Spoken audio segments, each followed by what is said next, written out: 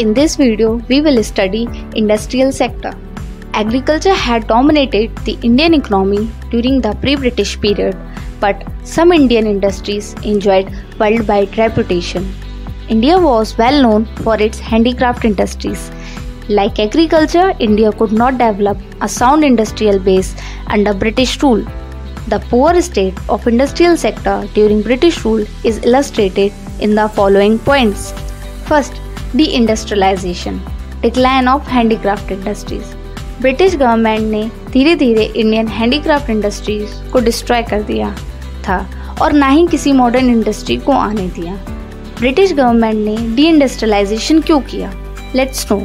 The primary motive of British rule behind deindustrialization was twofold. First, ताकि उन्हें India से raw material सस्ते में मिल जाए ब्रिटिश इंडस्ट्रीज के लिए। सेकेंड, ब्रिटिश इंडस्ट्रीज द्वारा बनाए गए प्रोडक्ट्स वो इंडिया में ज़्यादा रेट पर बेच सकें। लुक, ब्रिटिशर्स इंडिया से रॉ मटेरियल सस्ते में एक्सपोर्ट करते थे ब्रिटेन, देन ब्रिटेन इंडस्ट्रीज में वैल्यू ऐड करके फाइनल गुड्स बनाते थे। उन फाइनल गुड्स को इंडिया में लाकर महंगे में बेच देते थे। Now one question arises from this concept, Britishers ने इंडियन हैंडीक्राफ्ट इंडस्ट्रीज को कैसे डिस्ट्रॉय किया? Let's no. कॉलोनियल गवर्नमेंट ने एक न्यू पॉलिसी इंट्रोड्यूस कर दी थी, डिस्क्रिमिनेटरी टैरिफ पॉलिसी। इस पॉलिसी के अंदर इंडिया फ्री एक्सपोर्ट कर सकता है रॉ मटेरियल और फ्री इंपोर्ट कर सकता है फाइनल गुड्स फ्रॉम ब्रिटेन, लेकिन इंडियन हैंडीक्राफ्ट्स के एक्सपोर्ट पर हैवी ड्यूटी लगा दी।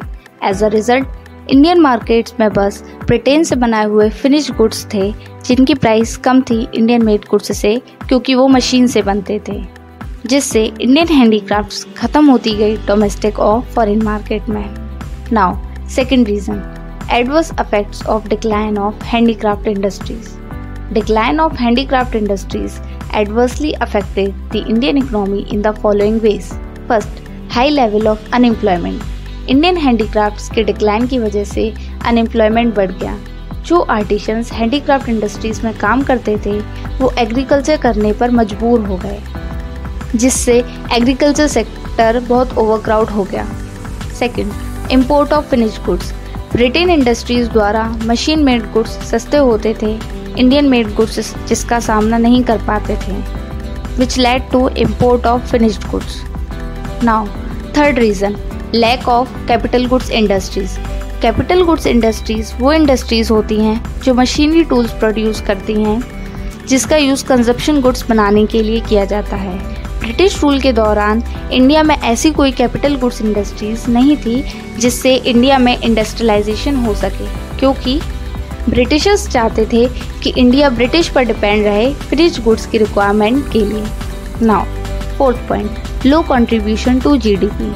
जो ग्रोथ रेट थी इंडस्ट्रियल सेक्टर की बहुत ही ज़्यादा कम थी, जिसकी वजह से जीडीपी कंट्रीब्यूशन बहुत कम रहा।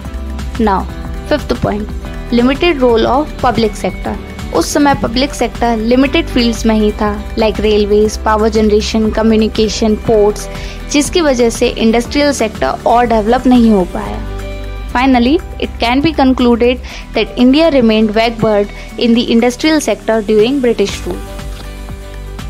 Thank you for watching the video. Do like, share and subscribe.